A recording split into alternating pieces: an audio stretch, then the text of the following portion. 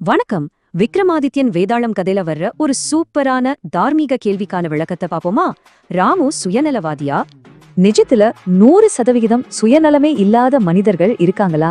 இது கண்டுபிடிக்கத்தான் வேதாளம் ஒரு சவாலான கதையை சொல்லுது. கதையில வர்ற ராமு தன்னோட குருட்டுத்தனமான தானத்தால மக்களுக்கு உதவிக்கு பதிலா உபத்திரவம் தான் மிஞ்சுன்னு 3 வருஷத்துல உணர்றான்.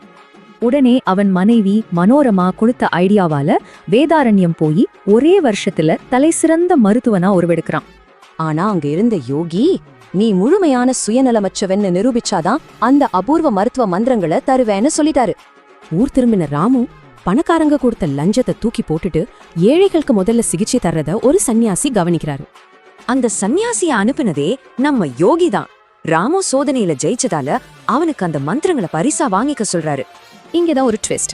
எனக்காக காத்திருக்கும் நோயாளிகளை விட்டுட்டு மந்திரம் வாங்க நான் வரமாட்டேன்னு ராமு கண்டிப்பா சொல்லிட்டான்.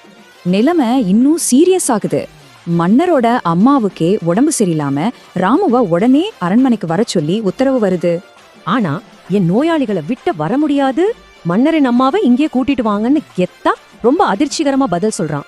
பணம், அதிகாரம், மந்திர சக்தி எதை விடவும் நோயாளிகள் தான் முக்கியம்னு அவனோட பிடிவாதம் இருக்கிறதால அவனுக்கு அந்த மந்திரங்கள் கிடைக்கவே இல்லை.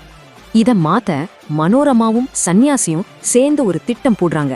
மனோரமாவுக்கு தீர்க்க முடியாத நோய் வந்ததா நம்ப வைக்கிறாங்க. அவ்வளவுதான். உடனே ராமு கிளினிக் அப்படியே விட்டுட்டு அந்த மந்திர சக்தியை வாங்கிட்டு வர வேதாரண்யம் நோக்கி ஓடுறா. இப்போ வேதாளம் விக்ரமாதித்தன் கிட்ட ஊருக்காக உழைச்சவான் மனைவிக்காக கொள்கையை விட்டுட்டானே, அப்போ ராமு சுயநலவாதி தானேன்னு ஒரு செம்மையான கேள்வியை கேக்குது. சோ நீங்க என்ன நினைக்கிறீங்க? ராமு உண்மையிலேயே சுயநலவாதியா? ஒரு நிமிஷம், நாம விக்ரமாதித்யன் இடத்துல இருந்து யோசிச்சு பாப்போம்.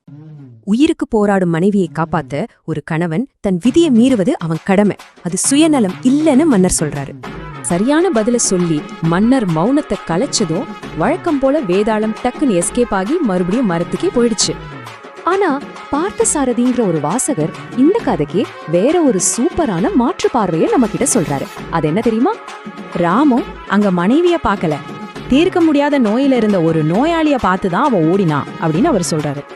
அப்போ ராமு ஓடினது காதலாலா இல்ல நோயாளிகளை குணப்படுத்தணுங்கிற தூய வெறியாலா? இந்த ஆழமான கேள்வியோட இந்த விளக்கத்தை நான் முடிக்கிறேன்.